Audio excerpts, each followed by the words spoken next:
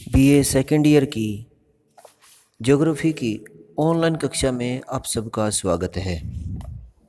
प्यारे विद्यार्थियों, कल हमने लेसन नंबर 7 आधा किया था, जिसका नाम है जैव संसाधनों का वितरण एवं उपयोग। उसी का शेष भाग हम आज पूरा कर रहे हैं। जैव संसाधनों के प्रकार में वनस्पति संसाधन 3 प्रकार के होते हैं: वनस्पति संसाधन, प्राणी संसाधन और तीसरा है मानव संसाधन। कल हमने वनस्पति संसाधन का एक प्रकार वन संसाधन हमने कल अध्ययन किया। आज हम उसी का पार्ट बी घास भूमि का अध्ययन हम कर रहे हैं। वनों की तरह घास भी प्राकृतिक वनस्पति का महत्वपूर्ण अंग है। जिन क्षेत्रों में बड़े वृक्षों के उगने के लिए पर्याप्त वर्षा नहीं होती, वहाँ घास प्राकृतिक रूप से उगती है। वास्तव में घास के उगने के लिए वर्षा की कुछ बौछारें ही काफ़ी होती हैं। यही कारण है कि घास स्थल भूमध्य रेखा से ध्रुवों तक फैले हैं और विश्व के 30% भाग पर घास भूमियाँ पाई जाती हैं। घास के मैदानों में मुख्य व्यवसाय पशुपालन होता है। घास के मैदानों का वर्गीकरण और उनका वितरण इन्हें 2 भागों में बांटा जा सकता है: उष्णकटिबंधीय घास के मैदान और शीतोष्ण कटिबंधीय घास के मैदान। उष्णकटिबंधीय घास के मैदान है, ये घास के मैदान भूमध्य रेखीय आर्द्र वनों तथा गर्म मरुस्थलीय के बीच में होते हैं।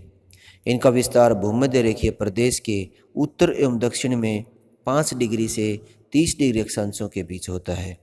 यहाँ की औसत वार्षिक वर्षा 100 सेंटीमीटर के आसपास है।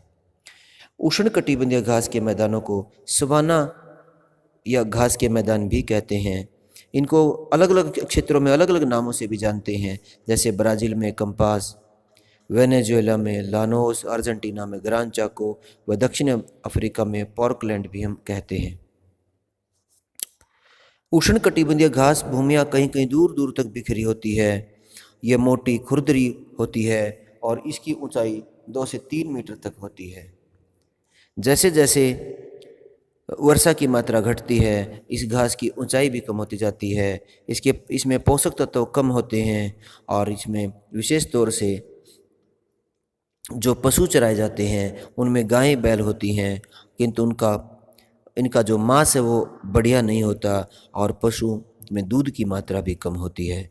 इस घास को खा करके पशुओं में टेक्सस बुखार व मुंह व खुर जैसी बीमारियां या गिल्टी रोग हो जाते हैं।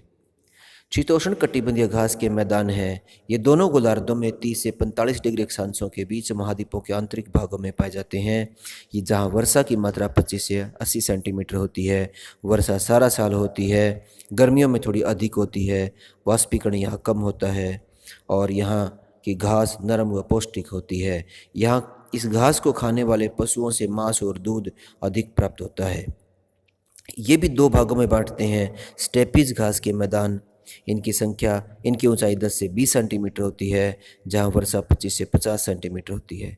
प्रेरीज घास के मैदान में घास लंबी होती है, इसकी ऊंचाई 45 से 60 सेंटीमीटर तक होती है। प्रेरीज घास के मैदानों को उत्तर अमेरिका में प्रेरीज, दक्षिण अमेरिका में पंपास, अफ्रीका में वेल्ड, ऑस्ट्रेलिया में डाउन्स कहते हैं। घास के मैदानों के बाद कृषि संसाधन। अब मिट्टी को जोतने, गोड़ने, उसमें विभिन्न फसलें, फल फूल उगाने तथा पशुपालन से जुड़ी कला और विज्ञान को कृषि कहते हैं। यह आदमी के प्राचीनतम व्यवसायों में से एक है।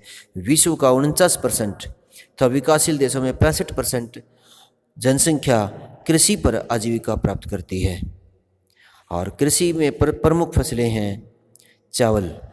चावल विश्व का महत्वपूर्ण खाद्यान्न है, जो विश्व की आधी जनसंख्या का पेट भरता है। यह उष्ण एवं आर्द्र जलवायु की फसल है। इसमें उपजाऊ मिट्टी की अधिक आवश्यकता होती है।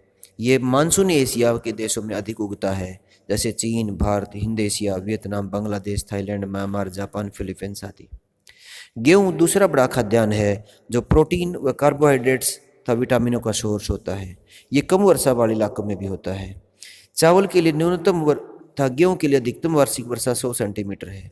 यानी 100 सेंटीमीटर से कम वर्षा वाले क्षेत्रों में चावल नहीं हो सकता, वहाँ पर गेहूँ होता है। और 100 सेंटीमीटर से अधिक वर्षा वाले क्षेत्रों में जहाँ पर गेहूँ नहीं हो सकता वहाँ पर चावल होती है। चावल मुख्यतः चीन, भारत, अमेरिका, फ्रांस, रूस, कनाडा, ऑस्ट्रेलिया, अर्जेंटीना आदि देशों में अधिक होता है। मक्का भी तीसरी प्रमुख खाद्य फसल है। इसमें प्रोटीन कम और स्टार्च अधिक होता है। इसका प्रयोग चारा और पशुओं के और अन्न अनाज और चारे के रूप में दोनों रूप में इसका प्रयोग होता है। मुख्य उत्पादक देश हैं अमेरिका, चीन, Brazil, Mexico, France, Argentina, Bharat आदि। तिलन में मूंगफली, तिल, नारियल, सरसों, अलसी, सूरजमुखी शामिल हैं। फिर जैसे चाय है, चाय एक पेय पदार्थ है जिसे सदाबहार झाड़ी की पत्तियों से सुखा करके प्राप्त करते हैं। इसकी कृषि पहाड़ी ढलानों पर बागानों में की जाती है ताकि इनकी जड़ों में पानी लगातार वर्षा तो होती रहे लेकिन जड़ में पानी खड़ा नहीं रहे, तो इसलिए इसे पहाड़ी ढलानों पर उगाया जाता है। इसके मुख्य उत्पादक देश हैं भारत, चीन, Sri Lanka, Kenya, Indonesia, Japan, Vietnam, Bangladesh आदि। इसका अंतर्राष्ट्रीय स्तर पर बड़ा व्यापार होता है। कहवा भी एक झाड़ीनुमा वृक्ष होता है, एक उष्णकटिबंधीय पौधा है और ये भी चाय की भांति कहवा का भी बड़े पैमाने पर अंतर्राष्ट्रीय व्यापार होता है। गन्ना विश्व की 65% चीनी यानी वो गन्ने से प्राप्त होती है। उष्णकटिबंधीय पौधा है, वर्धन काल लंबा है और क्यूबा, ब्राज़ील, भारत, चीन, Pakistan, Mexico, Australia, Cuba, America, Philippines, Indonesia महत्वपूर्ण उत्पादक देश है। चुकंदर भी एक जड़दार फसल है। गन्ने के बाद चीनी का दूसरा बड़ा सोर्स है और विश्व की 1/3 चीनी चुकंदर से प्राप्त होती है। इसे यूरोपीय देशों में पैदा होता है। कपास के रेशे से वस्त्र बनते हैं और कपास एक विश्वव्यापी रेशा है। कपास के बाद दूसरी महत्वपूर्ण रेशेदार फसल है जिसे अधिक तापमान और अधिक आर्द्रता की आवश्यकता होती है। विश्व का 2/3 पटसन भारत में पैदा होता है और 1/4 बांग्लादेश पैदा करता है। रबड़ भी भूमध्य रेखीय सदाबहार वनों में पाया जाने वाला एक पौधा है जिससे दूध बनता है और ये उष्णकटिबंधीय फसल है जिसका उत्पादक थाईलैंड, इंडोनेशिया, मलेशिया, भारत, चीन, वियतनाम, श्रीलंका आदि देशों में होता है। तंबाकू भी सेहत के लिए हानिकारक है और इसे सिगरेट, हुक्का, बीड़ी, सिगार, पाइप आदि के रूप में प्रयोग करते हैं। विश्व का 1/3 तंबाकू चीन पैदा करता है। शेष Bharat, Brazil, America, Turkey, Zimbabwe, Italy, Indonesia, Argentina, Pakistan में पैदा होता है। इसके बाद जो जैविक जो रिसोर्स हैं, संसाधन हैं, उनमें दूसरा नंबर आता है प्राणी अथवा जंतु संसाधन। इनमें वनस्पति संसाधनों के बाद जंतु संसाधन हैं। इसके 2 वर्ग हैं। रीढ़ की हड्डी वाले जंतु जैसे मत्स्य, उभयचर जो जल और स्थल दोनों में रहते हैं, सरीसृप जो रेंग कर चलते हैं, पक्षी, स्तनपायी जो चौपाई पशु आते हैं। मनुष्य भी एक स्तनपायी जीव है। रीढ़ की हड्डी वाले के बाद दूसरी प्रकार है बिना रीढ़ की हड्डी वाले जंतु। इनमें सभी कीट पतंगे, जल में रहने वाले पौधे, स्पंज, मूंगा, जेली, अंकुशकृमि, मछली, केंचुए, जोंक, कानखजूरे, मकड़ी, मोलस्क आदि पाए जाते हैं। इनमें समुद्री जीव, मधुमक्खी, रेशम और लाख के कीड़े भी होते हैं। जैसे और भी हैं, जैसे इनमें मच्छर, टिड्डी, सामान्य मक्खियाँ, सीसी नामक ये जहरीली मक्खियाँ भी हैं जो मनुष्य के लिए जो जोखिम भरी होती हैं। जंगली जंतु और पर्यावास। कोई भी जंतु वहाँ पर जाता जहाँ उसे भोजन मिलने की उम्मीद होती है। घास और पत्तियों वाले प्रदेश में शाकाहारी जीव रहते हैं और शाकाहारी जीवों को खाने वाले मांसाहारी जीव वहाँ होते हैं जहाँ शाकाहारी जीव होते हैं। इनकी विशेषताएं में जलवायु, मिट्टी, भुआ करती और जल प्रवाह के संयुक्त प्रभाव को उजागर करती हैं। प्रत्येक जंतु वर्ग कुछ निश्चित प्राकृतिक दशाओं में ही पलता बढ़ता है, लेकिन भौतिक दशाओं के समुच्चय को पर्यावास कहते हैं। वनों के जंतु हैं। भूमध्य रेखीय वनों में जैसे जो जंतु हैं, इनमें बंदर, पक्षी, छिपकली, सांप, असंख्य कीट पतंगे आदि हैं। दलदली भूमियों में, नदियों की घाटियों में घड़ियाल, मगरमच्छ, हिप्पोपोटामस जैसे बड़े जानवर होते हैं। और मानसूनी इलाकों में रहने वाले, जमीन पर रहने वाले जंतु हाथी, गेंडा, जिराफ, हिरन, भेड़िया, सियार, लोमड़ी, खरगोश, शेर, चीता, तेंदुआ, जंगली सूअर, नीलगाय, लकड़बग्गा, जंगली बिलाव आदि हैं। और इनमें कुछ शाकाहारी, कुछ मांसाहारी होते हैं। वृक्षों पर बंदर, लंगूर आदि रहते हैं। शीतोष्ण कटिबंधीय पतझड़ी वनों में हिरन, एल्क, मूषा, भेड़िया, बीवर, लोमड़ी, जंगली बिलाव से रिछ, चीता, भालू जैसे जंतु मिलते हैं। घास भूमियों के जंतुओं में घास पर निर्भर रहने वाले प्रमुख जंतु जंगली भैंसा, जेबरा, बारहसिंगा, गजेला, नीलगाय आदि हैं। मांसाहारी जीवों में शेर, चीता, तेंदुआ, जंगली बिलाव आदि हैं। मरुस्थलों के जंतु हैं जैसे गजेला, खरगोश, लोमड़ी, छिपकली, मांस आदि। टुंड्रा के जंतु हैं बर्फीले इलाके में जो रहते हैं, मिन्स्क, कैरिबू, ध्रुवीय भालू, कुत्ते, रेंडियर आदि जंतु हैं। अर्ध बर्फीले जल में सील, वालरस आदि मिलते हैं। मानव द्वारा जंतु संसाधनों का उपयोग की बात करें तो हम आखेट के लिए मनुष्य इनका प्रयोग करता है, फंदेबाजी करता है, जैसे प्राप्त करने के लिए कोई न कोई जुगत बिठा करके उन्हें अपने जाल में फंसाता है, फिर मार देता है। पालतू बना करके आरंभ में मनुष्य अपनी जरूरतों के लिए पशुओं का संहार करता था, लेकिन सामाजिक विकास के साथ वो पशुओं को व्यवस्थित ढंग से चराने लगा, पालने लगा, और अब वो श्रम निवेश के रूप में भी पशुओं से निम्नलिखित लाभ प्राप्त करता है। जैसे वो पशुओं से दूध, दही, मक्खन, पनीर, अंडे, मछली आदि प्राप्त करता है। पशुओं से हड्डी, सींग, खाल, चर्बी, रक्त, खूर, समूर, बाल प्राप्त करता है। बोझा ढोने, गाड़ी खींचने के लिए पशुओं का प्रयोग करता है। मरुस्थलीय इलाकों में ऊंट और दलदली इलाकों में हाथी को प्रयोग करता है। ध्रुवीय इलाकों में रेंडियर, कुत्ते, कैरिब्यू आदि भी काम करते हैं। ऊंट और घोड़ों का सुरक्षा के लिए प्रयोग करते हैं। कुत्ते पहरेदारी करते हैं। रंग बिरंगे पक्षी, तितलियां आदि सौंदर्य को बढ़ाते हैं। इसके बाद है पशुचारण एवं पशुधन पालन। एक ऐसा भी दौर आया जब जनसंख्या बढ़ी, सामाजिक विकास होने लगा और आखेट से मनुष्य का गुजारा नहीं हुआ। अब उसने पशुओं को पालना शुरू कर दिया। वो अपने पशुओं को लेकर के दूध और पानी की तलाश में वो एक स्थान दूसरे स्थान पर घूमता था।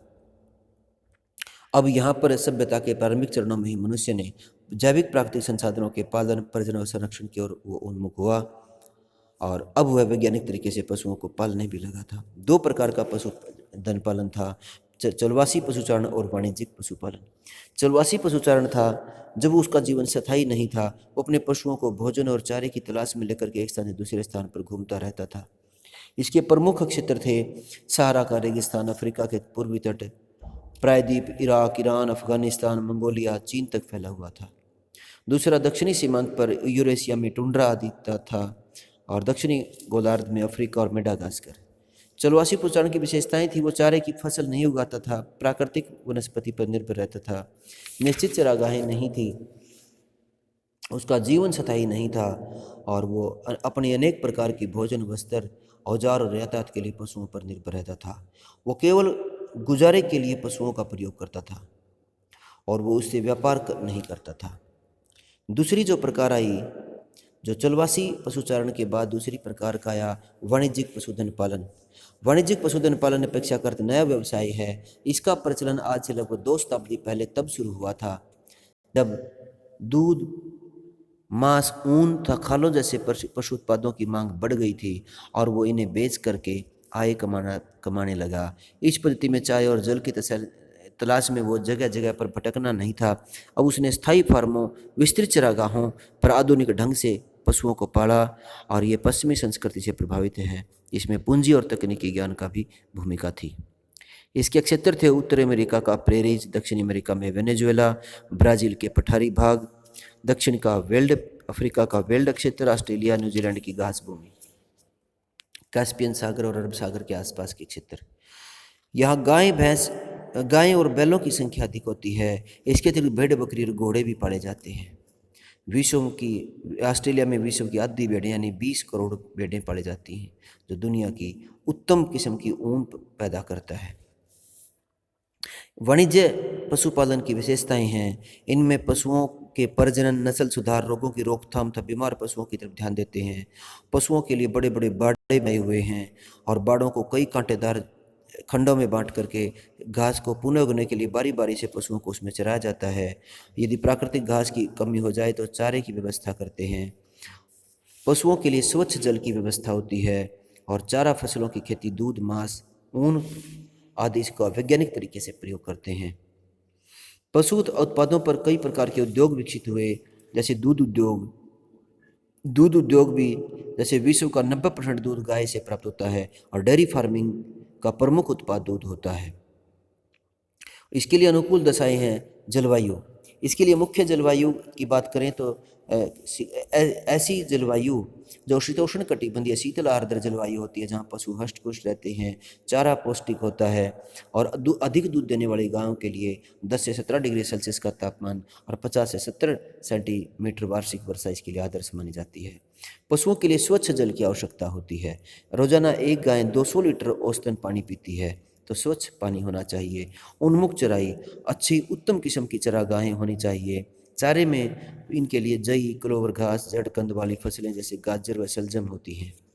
विकसित एवं परिवहन प्रशीतन सुविधाएं, क्योंकि दूध और दूध से बने हुए वस्तुएं नाशवान हैं, इसलिए इनके लिए विकसित परिवहन की व्यवस्था हो या एयर कंडीशन व्हीकल की व्यवस्था हो, ताकि ये उत्पादन से उपभोक्ता तक ये जल्दी से जल्दी पहुंचा जा सके, ताकि खराब ना हो। न्यूजीलैंड का मक्खन इंग्लैंड और जर्मनी में महीनों तक खाने योग्य बना रहता है। प्रबंधन, अनुसंधान और विकास, इसमें दूध उद्योग में भी गायों की नस्लों, स्वास्थ्य में सुधार, उनके रोगों की रोकथाम, चारे दूध की गुणवत्ता में सुधार, ग्राहक की मनोवृत्ति के अनुसार उत्पादों में नयापन और विविधता लाने के लिए नए निरंतर अनुसंधान और विकास की आवश्यकता होती है। इसके लिए उच्च स्तरीय वैज्ञानिक विकास भी जरूरी है। इसके लिए बाजार निकट होना चाहिए, क्योंकि दूध उद्योग भारी पूंजी, महंगी मशीनों, आधुनिक परिवहन तंत्र पर चलता है और ये बड़े बड़े नगरों तक माल पहुंचाने के लिए बाजार निकट होना चाहिए। इसलिए इसके लिए अधिक पूंजी की आवश्यकता है। पूंजी के बगैर ये नहीं बन सकता। इसके लिए मुख्य जो देश हैं वो दूध उत्पादों के लिए संयुक्त राज्य अमेरिका 15% दूध पैदा करके ये विश्व का दूसरा बड़ा उत्पादक देश है। और यहाँ की गायें संयुक्त राज्य अमेरिका की 60% से अधिक जनसंख्या यहाँ निवास करती है और ये सघन जनसंख्या वाला क्षेत्र है। ये ऊंचा नीचा पहाड़ी क्षेत्र है। वर्षा के समान रूप से वितरित होने से गर्मी में भी खूब घास उगती है। यहाँ की गायें हष्ट पुष्ट रहती हैं, अधिक दूध देती हैं। गायों में की उत्तम नस्लों का विकास किया गया है। अमेरिका की एक गाय साल में 25 क्विंटल दूध देती है और विस्कॉन्सिन राज्य की गायें तो प्रतिवर्ष 32 क्विंटल तक दूध देती है। यहाँ मक्का पेटी में खूब मक्का चरा जाता है, जिससे पशु मोटे हो जाते हैं। भारतवर्ष प्रतिवर्ष 360 लाख टन से अधिक विश्व का लगभग 7.5% दूध उत्पन्न करके दूसरे स्थान पर है। यहाँ गाय की अपेक्षा भैंस के दूध का प्रचलन अधिक है, विश्व में सबसे अधिक है। यद्यपि भारत में विशेष रूप से गाय के प्रति प्रेम और दया का भाव प्राचीन काल से ठाठे मारता रहा है, लेकिन यहाँ गायों की नस्ल घटिया है और हालात खस्ता बनी हुई है। भारत में प्रति गाय उत्पादकता कम है। डेनमार्क की गाय की तुलना में डेनमार्क की गायें औसतन 18 गुना अधिक दूध देती है। भारत में ये वैज्ञानिक ढंग से विकसित नहीं हो पाया। भारत में उष्ण मानसूनी वर्षा है, जहाँ जो वर्षा की अवधि सीमित है और अव्यवस्थित है। भारत में दूध उत्पादन एक विकेंद्रित व्यवसाय तो बना, लेकिन एक व्यवस्थित खंड के रूप में कभी नहीं उभरा। भारत में शिक्षा व पूंजी की कमी है और परिवहन के साधनों की कमी के साथ क्रय शक्ति की कमी भी इसके उद्योग में आड़े आ रही है। भारत में प्रति व्यक्ति दूध की खपत मुश्किल से 200 ग्राम है, जबकि स्वीडन में 1 किलो और न्यूजीलैंड में 1.5 किलो है। यूरोपीय देशों की बात करें तो यूरोपीय देशों में सघन जनसंख्या है, प्राकृतिक चरागाह है, दूध की मांग अधिक है और यहाँ भी दूध के बड़े बड़े डेयरी फार्म हैं। रूस भी विश्व का 6.6% पैदा करके तीसरे स्थान पर है। जर्मनी प्रतिवर्ष 6% दूध पैदा करता है और चौथे स्थान पर है। फ्रांस 5% दूध पैदा करता है और यहाँ भी गर्म जलवायु अवस्था में पूरे देश में दूध उन्नत अवस्था में है। यूके विश्व का 3% दूध पैदा करता है।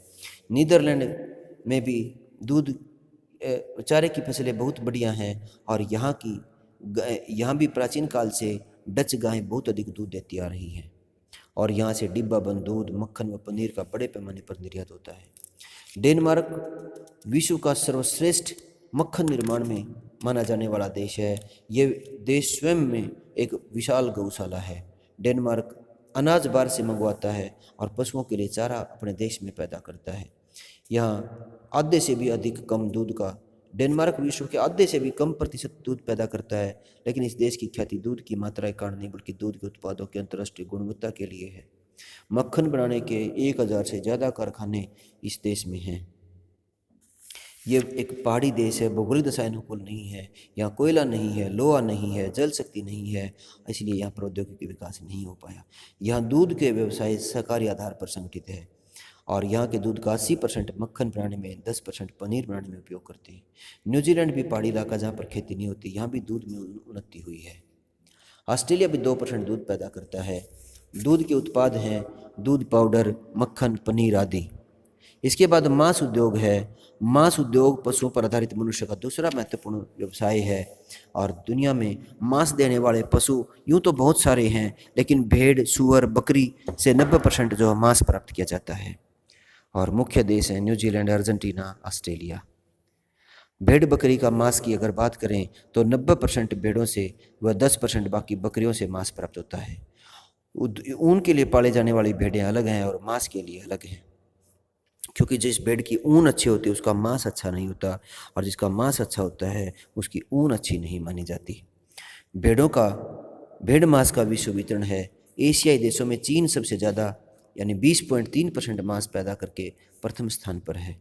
फिर इसके बाद पाकिस्तान और भारत भी भेड़ के मांस का प्रमुख उत्पादक देश है। भारत 6.3% भेड़ का मांस पैदा करता है। ऑस्ट्रेलिया 6.3% भेड़ मांस पैदा करता है।